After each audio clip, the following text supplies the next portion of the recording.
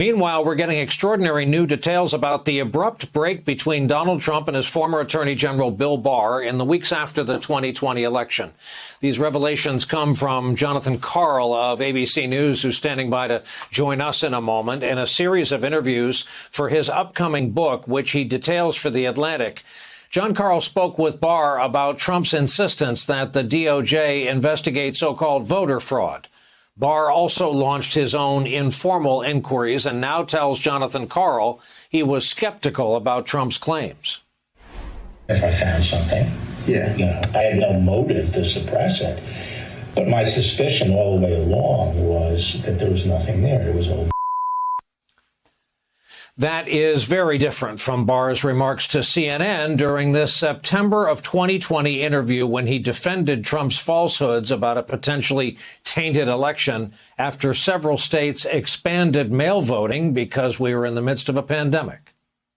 What he's saying is he's trying to make the point that the ability to monitor this system is not good. This is playing with fire. We're a very closely divided country here.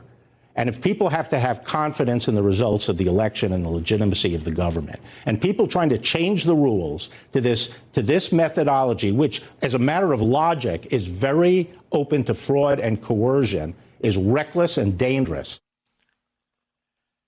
DOJ never did find any fraud, and in December, Barr told the AP there was no evidence of anything that could have affected the outcome of the election.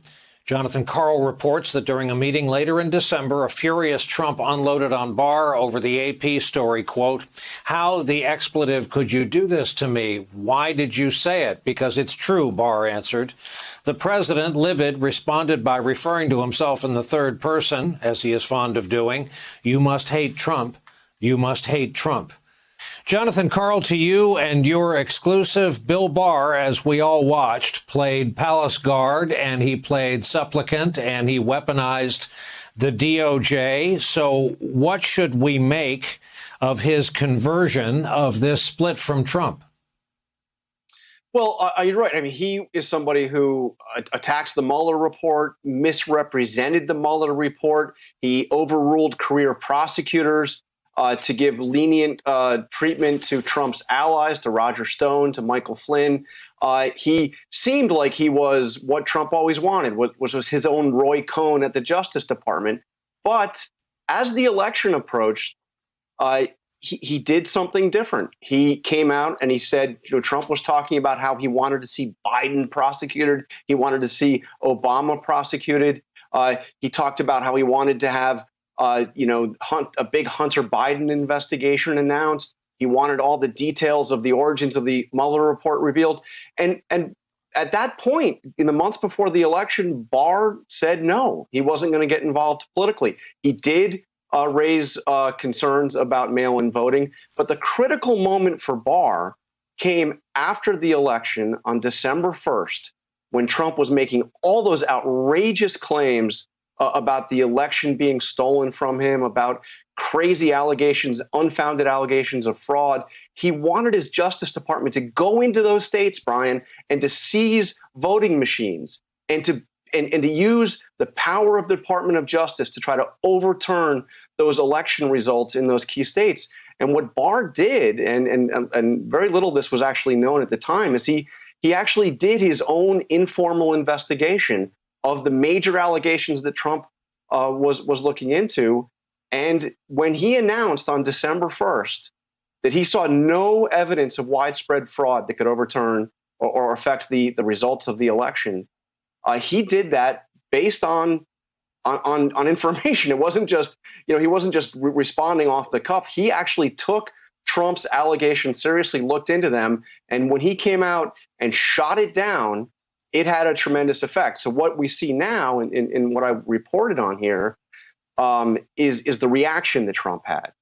And I'll tell you that I described this meeting in the dining room right adjacent to the Oval Office. You know the room. I described who was in there. You had the White House counsel in there. You had another White House attorney. You had the chief of staff. You had Bill Barr. You had Bill Barr's chief of staff. And several of the people that were in there have described to me as seeing Trump angrier than they had ever seen him. And he's somebody that they've all seen angry. One of them said that he had the eyes and the mannerisms of a madman. And it was you read part of what I reported of what went back and forth there.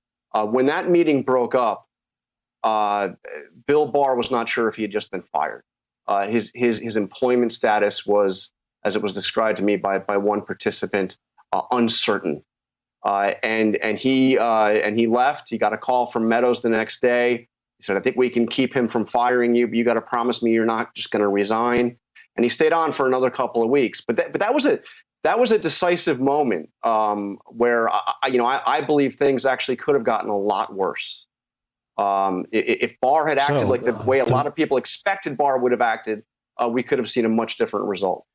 Jon Karl, of all the time you spent talking to Bill Barr, did any one thing, one moment, one comment surprise you most?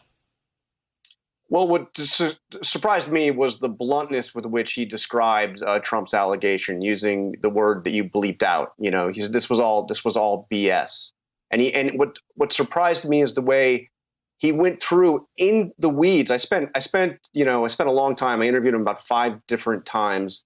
And by the way, he wasn't running out trying to come out and find a way to tell this. I had been browbeating him for about 4 or 5 months to try to get this interview.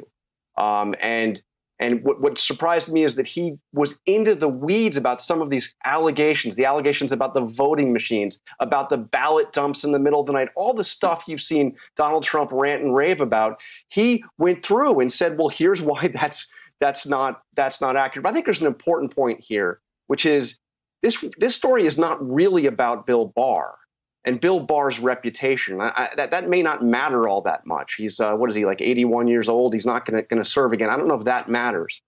But Bill Barr was the most popular person in the Trump cabinet, among the Trump faithful, among all those people who now believe that the election was stolen, who believe all those lies.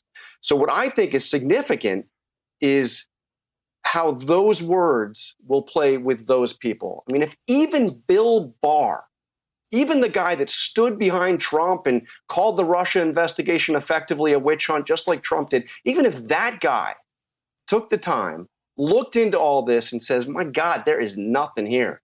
And not just a statement, but into the details and saying, the ballots that you saw in the suitcase getting pulled out under the table in Georgia. Well, here's why that's a ridiculous thing.